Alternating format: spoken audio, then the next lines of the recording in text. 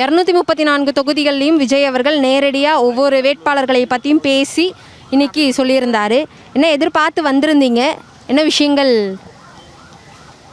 234 தொகுதியில் ஆண்ட கட்சி, ஆளுங்கட்சி அப்படின்ற மாதிரிலாம் இருந்தாங்க. ஆனால் இவங்க ஒருத்தரும் கூட பார்த்திங்கன்னா ஒருத்தரும் மாற்றுத்திறனாளிக்கு யாருமே ஒரு வேட்பாளராக கொடுக்கல.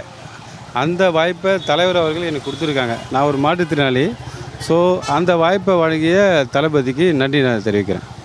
நீங்கள் சொன்ன மாதிரி மாற்றுத்திறனாளின்றதை தாண்டி நம்மளோட வீடுகளில் இருக்கக்கூடிய சின்ன சின்ன வேலை பார்த்தவங்களா இருக்கட்டும், கூலி தொழில் செஞ்சவங்களா இருக்கட்டும், நிறைய பேருக்கு இங்கே ஒரு அங்கீகாரம் கிடைச்சதா நிறைய பேர் சொல்லி நான் கேள்விப்பட்டிருந்தேன். உங்களோட சர்க்கிளில் நீங்கள் பார்த்த விஷயங்கள் அப்படிங்கிறது எப்படி இருக்குது? உண்மைதான். இங்கே பார்த்தீங்கன்னா உண்மைக்கே பார்த்திங்கன்னா நிறைய பேர் தலைவர் சொல்லிட்டார். ஸோ தலைவர் அறிவித்தாவே எல்லாருமே விசேஷமான ஆளுங்கள் தான் அறிவிச்சிருப்பார். சாதாரண ஆளும் இன்றைக்கி பெரிய லெவலில் இப்போ உலகம் ஃபுல்லாக பேசுகிற அளவுக்கு இன்றைக்கி நடந்துகிட்ருக்கு இல்லையா? ஸோ இப்போ இருக்கிற கேண்டிடேட்டு தலைவர் அறிவிக்கிறது முன்னாடி வேறு. இப்போ பார்த்திங்கன்னா அவங்களுடைய ரேஞ்சே வேறு. அவருடைய ரேஞ்சை எல்லாமே வெற்றி வேட்பாளர் தலைவர் செலக்ட் பண்ணி அறிவிச்சிருக்கார்.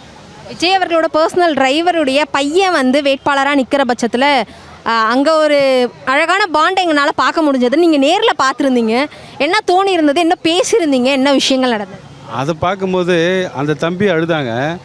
எங்களுக்கும் அழ வந்துச்சு. எங்களுக்கு மீறி ஒரு உணர்ச்சி வசப்பட்டு நாங்களும் கண் கலக்கணும். ஸோ ரொம்ப ஒரு அருமையான தருணமாக இருந்தது. வாழ்க்கையில் இதெல்லாம் திரும்ப கிடைக்காத ஒரு தருணங்கள் தான் நினைக்கலாம். நல்லா அந்த சிறப்பாக இருந்ததுங்க. தாவிக்கால எப்பயுமே பெண்களுக்கு முன்னுரிமைன்னு சொல்லுவாங்க. இந்த முறை 22 பெண் வேட்பாளர்களை அறிவிச்சிருக்காங்க. இதை எப்படி ஒரு ஆணாக பார்க்குறீங்க? கண்டிப்பாங்க. பெண்களுக்கு தளபதி கட்சி ஆரம்பித்ததுலேருந்தே சொல்லிகிட்டு இருக்காங்க. பெண்கள் கட்சி தான் இது. தாவிக்கா பெண்களுக்கு என்னென்ன தேவைகளோ அதை பார்த்திங்கன்னா நிவர்த்தி பண்ணுற கட்சியாக தான் இருக்கும். அது பாதுகாப்பும் சரி, எல்லாமே நல்ல ஒரு ஆட்சியாக தருவார் தளபதி அவர்கள்.